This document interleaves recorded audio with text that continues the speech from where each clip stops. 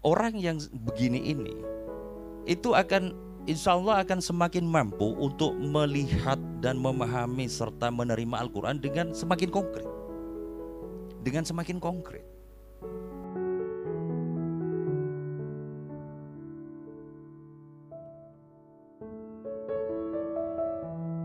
Begitu. Jadi kalau ada orang yang lalu menggantungkan hidupnya, masa depannya kepada sesuatu yang tidak bisa melihat, tidak bisa mendengar, tidak bisa memberikan manfaat dan madorot kepada dirinya, maka itu aneh, tidak wajar. Dan itu yang dilakukan oleh kaum musyrik Quraisy dulu itu, ya, yang itu lalu didobrak secara kognitif, secara rasional oleh ayat-ayat Al-Quran melalui ayat-ayat tauhid seperti ini. Ayat-ayat seperti ini banyak sekali di dalam Al-Quran itu. Saya tambahkan satu mawon, banyak ini. Ya ayuhan nasu duriba masalum fastami'u lahu, wahai manusia, telah diberi perumpamaan kepada kalian, maka simaklah baik-baik. Innalladzina tad'una min dunillahi, sesungguhnya apa-apa yang kalian sembah selain Allah, la yahluqud dubaba walaw ijtama'u lahu, tidak bisa menciptakan lalat, seekor lalat, walaupun bersekutu untuk menciptakan lalat. Ngece banget ya. Ngece. Tapi ya begini cara apa ya istilahnya, cara-cara mendobrak alam pikiran yang beku, kaku gitu, memang harus didobrak gitu. Walaupun para berhala itu bersekutu untuk menciptakan lalat itu. Wa iyaslubhumud dubabu la yastangkiduhu minhu, umpama ada seekor lalat yang mengambil sesuatu dari berhala-berhala yang kalian sembah itu, maka berhala-berhala itu tidak akan bisa mengambil kembali apa yang diambil seekor lalat itu. Dha'ufat thalibu wal matlub, maka sungguh lemah akal pikiran orang-orang yang menyembah berhala dan juga berhala yang disembah, begitu maksudnya. Pun telak ya, telak. Nah, sekarang mungkin panjenengan pernah mendengar adanya statement seperti ini, bahwa akal, pikiran, dan ilmu bukanlah hal-hal yang mengantar kepada keimanan. Itu betul adanya. Buktinya banyak orang pintar, banyak orang berilmu yang itu tidak serta-merta lalu menjadi bertambah imannya kepada Allah Ta'ala. Yang dimaksud dengan argumen seperti ini, Pak Quraisy juga mengatakan seperti itu, ialah bahwa hal pertama yang dibutuhkan manusia supaya bisa beriman itu, gitu, setelah melalui pergulatan alam pikiran. Jadi kalau diantara panjenengan punya teman atau nun sewu menawa panjenengan sendiri nggih, yang lalu mengatasnamakan pencarian jalan rohani yang rasional misal gitu, yang progresif gitu, apapun lah istilah kalian ya. Kan banyak tuh anak-anak UIN yang ngerapati sholat ya. Apalagi nih anak filsafat ngoten nggih. Atas nama pencarian gitu ya. Problemnya itu bukan pada ilmunya.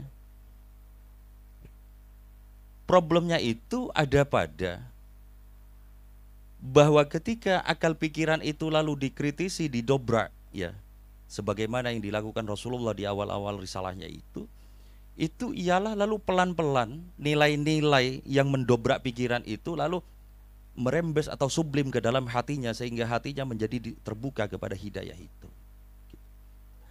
Maka ketika orang berada di posisi seperti itu, mau membuka akal pikirannya, mau membuka dirinya terhadap tuturan-tuturan ketauhidan yang itu bertabrakan dengan akal pikirannya yang beku itu, maka pelan-pelan orang ini akan menuju kepada jalan hidayah itu.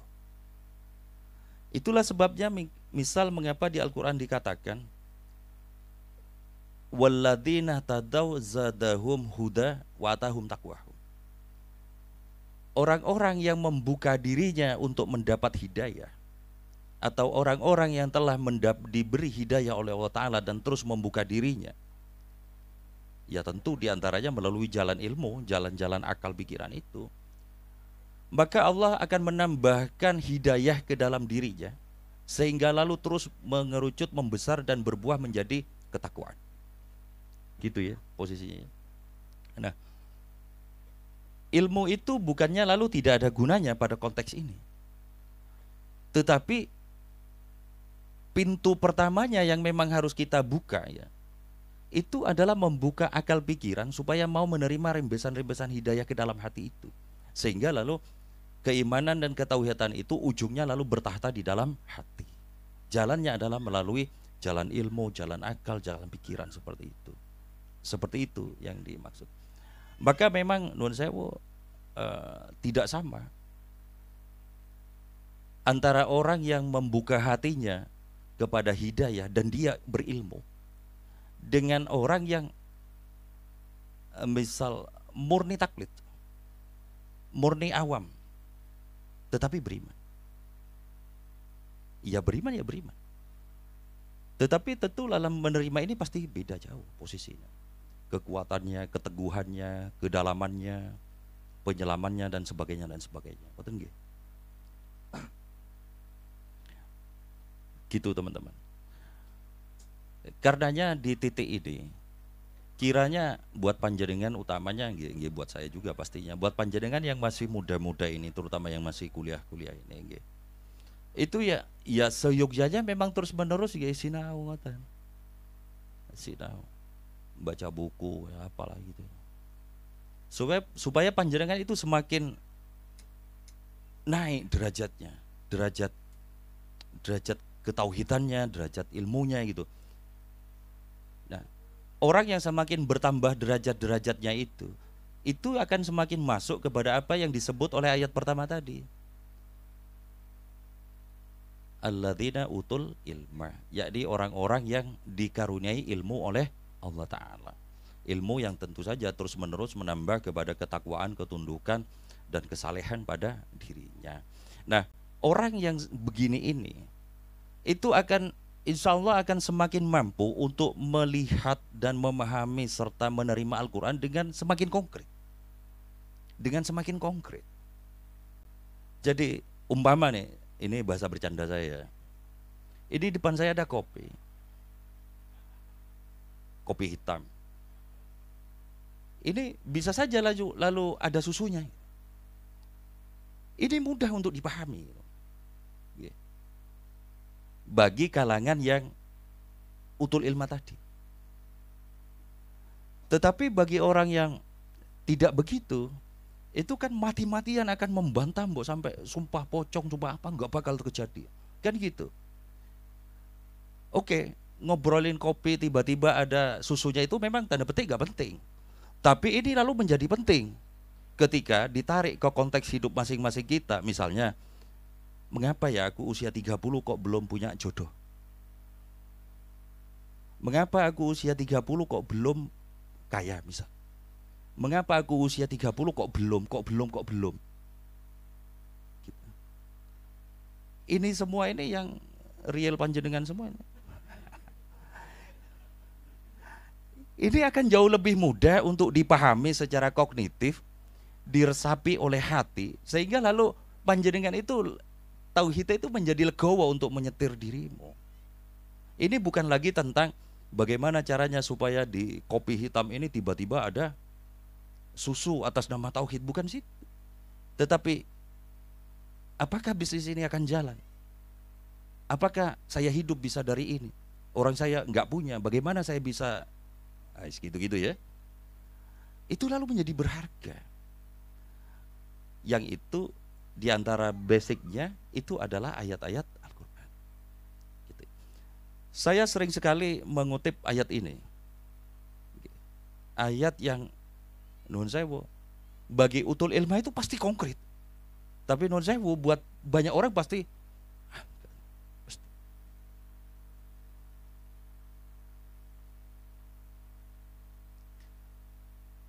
Ketika misal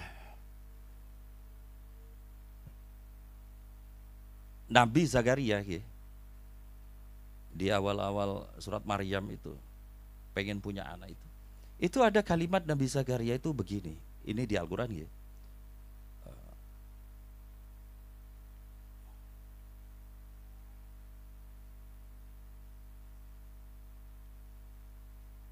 Walam akun bidu'aika robbi sakiyah, dan aku tidak pernah ya Allah kecewa dalam memohon apapun kepadamu. Ini buat jenengan konkret buatan. Pun buatan saya jawab ya. Kalau jenengan menganggap ini konkret tenanan gitu, itu kiranya bisa disebut pada golongan yang tadi. Bal huwa ayatum bayyinatum fi suduril ladina utul ilm.